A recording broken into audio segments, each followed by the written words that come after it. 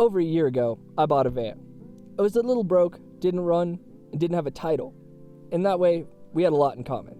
I spent the next 2 years assembling my dream, getting the van fixed, saving up money, collecting gear. I even added a few new misfits to my collection. My free pile bike, missing handlebars and a seat, and Elise, my trusty kayak. It's been a long time coming, but now that we're all together, there's nothing more to do than raise the black flag and say, hey, let's go. 'Cause I don't lose the thought of you. 'Cause it don't in my mind. 'Cause it don't lose the thought of you.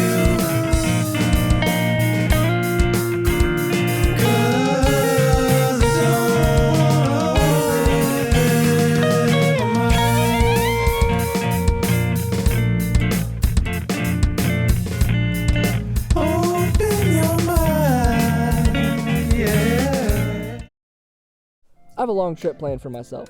I'm hoping to journey from my home in the northwest to Salt Lake City, Denver, Albuquerque, Tucson, San Diego, and all the way up the west coast back home. Make no mistake, these are not tourism videos. At this point, I'm an adventurer first and a filmmaker second. I haven't filmed everything I see, and I never will. Even with the reignition of my passion in photography, I still haven't shot everything. So be prepared for lots of still images and me talking about things I haven't documented. These are just my travels around Washington, a place I've lived all my life but never really explored. My story starts before I even left home. Considering I was leaving for a while, I decided to throw a fire/camp out with all my friends. And while not a lot of them showed up, we still found a way to entertain ourselves. It started with my friend's monkey mask, and me cursing myself because my monkey mask was in the van, and the van was in the shop. Meanwhile, we summoned 2 old friends of ours, who hadn't seen each other or us in like 2 years. A little while after that, the monkey was revealed to be a man in serious pain because he almost chopped his finger off with a hatchet. Anyway, he took it like a champ, and my friend Kadin drove him to the ER. Shout out to Kadin. Anyway, the fire got rained out, my tent was leaking water from the walls, and I was smiling as I drove home because we created all that chaos in just one afternoon. A few days later, my friend Hunter turned 21. You'll know him from not being easy to find in Gridscape, or my fellow philosopher in analyzing the ambient mind. I don't have a whole lot to say. It was a pretty standard party with all my friends.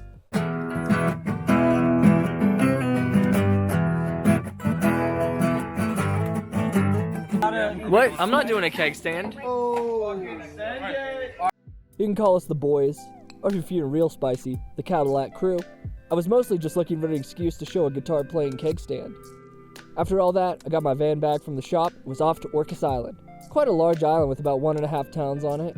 After spending the night drinking and singing All-Star at a local bar, I spent the night in the van and set off on an early ferry ride. I got a pretty good sunrise waiting in line, tried and failed to spark a J on the upper deck, and after about an hour, rolled off the ferry and over to the one real town on the island. The in-between parts mostly consist of farmlands and state parks, which is probably why the alcohol limit is posted on the outside of town. After taking a quick nap, I got up, got my kit together, and started to wander around. I visited a few shops, bought a book, walked 2 miles out of town to the local dispensary because I needed a doob tube. The rest of the day was fairly uneventful as I spent it reading.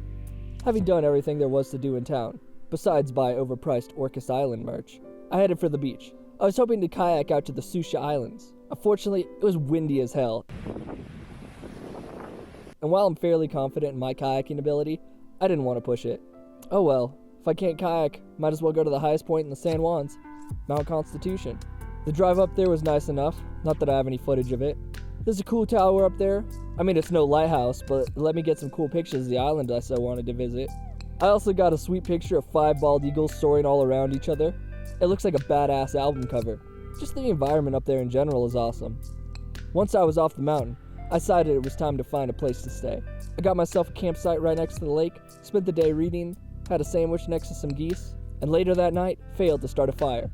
I woke up to a day of sun and wind, which once again meant I wasn't going to be able to kayak. After a lazy morning and a lap around the island, I had seen all I needed. Plus, I needed to head back home for my friend's 21st birthday.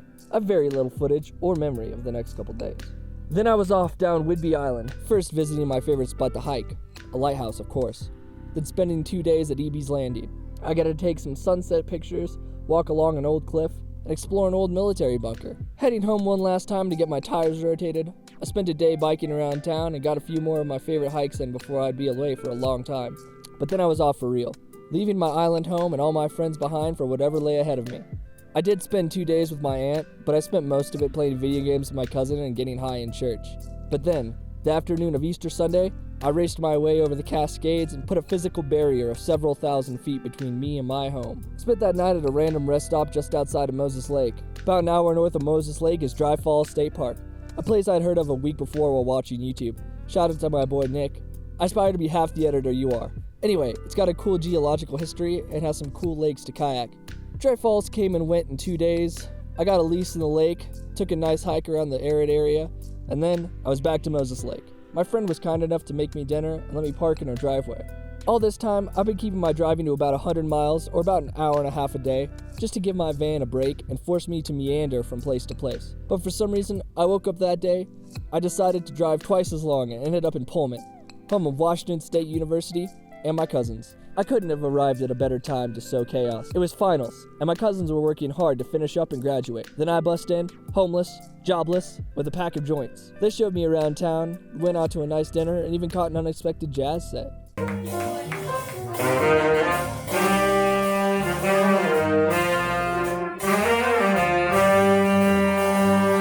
The next morning, I ran away to Idaho for a few days. Unfortunately, not much happened and I don't have much footage. Returning to Pullman for the day, I showed up with pizza and cider to again distract my cousins from school.